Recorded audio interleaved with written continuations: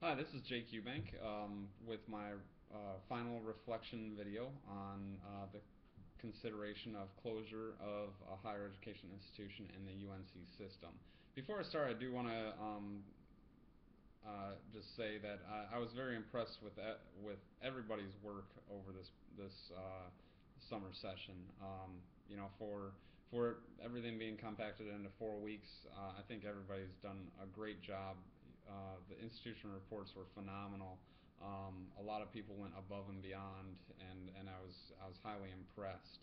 Um, However, we do have to decide on the closure of one of these schools, and it was very hard because all the schools are making efforts. It's not like any of the higher education institutions are not trying in any of the five categories that we're considering for closure, but just some are coming up short.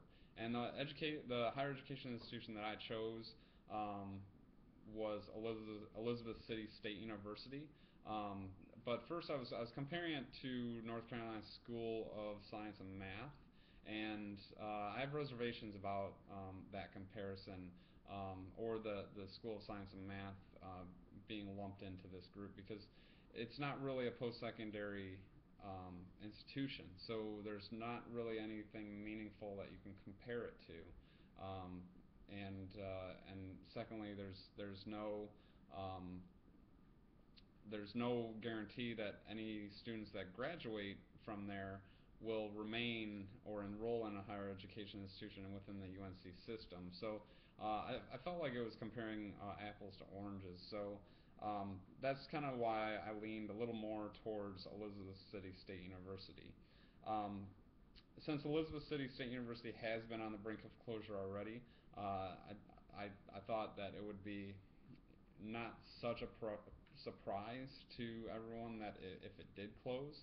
And according to our institutional survey, all of us thought that that institution was the poorest average had the poorest average rating in academic health, physical health, student outcomes, community engagement, and as an overall institution. We also decided as a class that it had the worst average rating in academic health, physical health, student outcomes, community engagement, and again overall. Some of the biggest categories that Elizabeth City fell short in were actually the three categories that we all voted to be the most important in considering closure.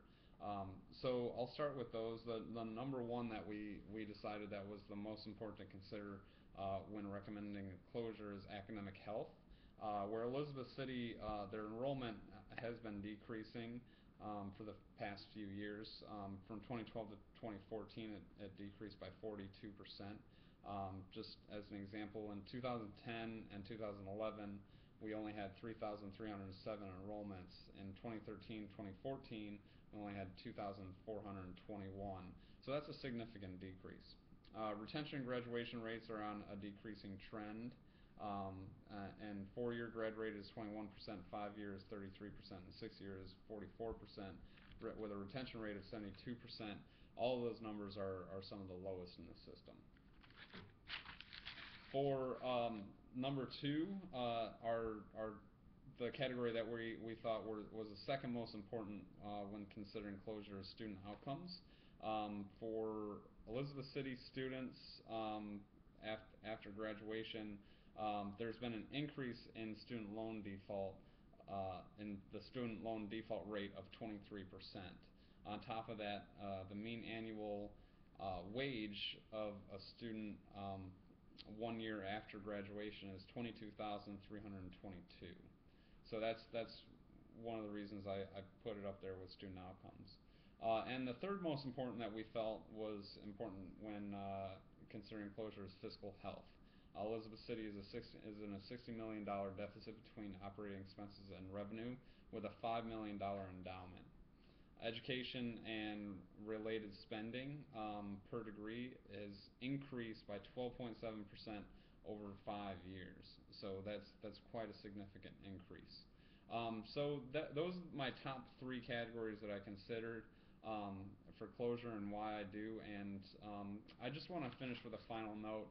And even though we were basing our recommendation for closure off of the 5 categories and the factors that we had chosen, I have I do question, and maybe eventually we can look into what the significant impact of closing a small school like Elizabeth City with 1,800 students is, because they only have 1,800 students, and I question, would that be a significant impact to the UNC system if it was closed, or would it be much more of an impact if we closed kind of a larger institution with many more students that takes up much more of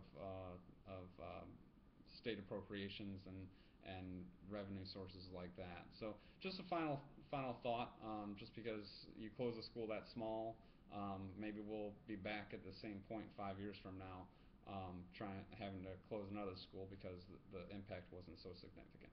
So final thought, I appreciate you watching, and I look forward to seeing everybody else's videos.